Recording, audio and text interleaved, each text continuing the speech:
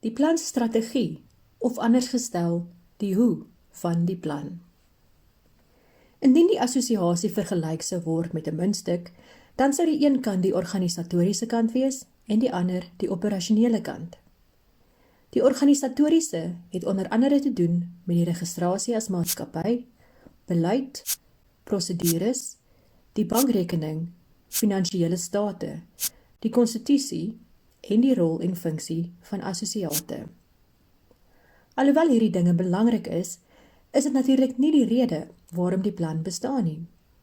Daar is 'n ander rede, 'n baie groter bestaansdoel, 'n missie, en dit moet verwesenlik word deur die operasionele kant van die plan. Net soos wat 'n munt nie net uit een kant kan bestaan nie, so ook nie die plan nie. Die organisatoriese en die operasionele vul mekaar aan en is interafhanklik van mekaar. Maar uiteindelik is dit die operasionele kant waar die missie uitgeleef word. In populêre taal gesê, dis daar waar die tekkie en teer by mekaar kom. Dis daar waar 'n verskil gemaak word, of nie. Dis daar waar bepaal word of die assosiasie bestaansreg het, of nie. Dis daar waar ons God se mense help om hul missionele aard te ontdek en uit te leef. Of waar ons ook, soos miljoene ander mense, hulpbehoevend wonder, wat maak ons hier?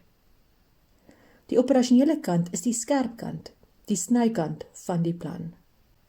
Nou is die vanselfsprekende vraag, hoe werk hierdie skerp kant, snykant? Wat is die strategie? Hoe leef die plan sy missie uit? Die antwoord? Deur gebruik te maak van 6 platforms. Fisiese optredes, gedrukte media, digitale media, die web, YouTube en Facebook. Op elkeen van hierdie 6 platforms is 'n verskeidenheid produkte en hulpmiddels beskikbaar. En hulle doel is om gelowiges te help om nie net te bestaan nie, maar om met geestelike visie, energie en entoesiasme te lewe.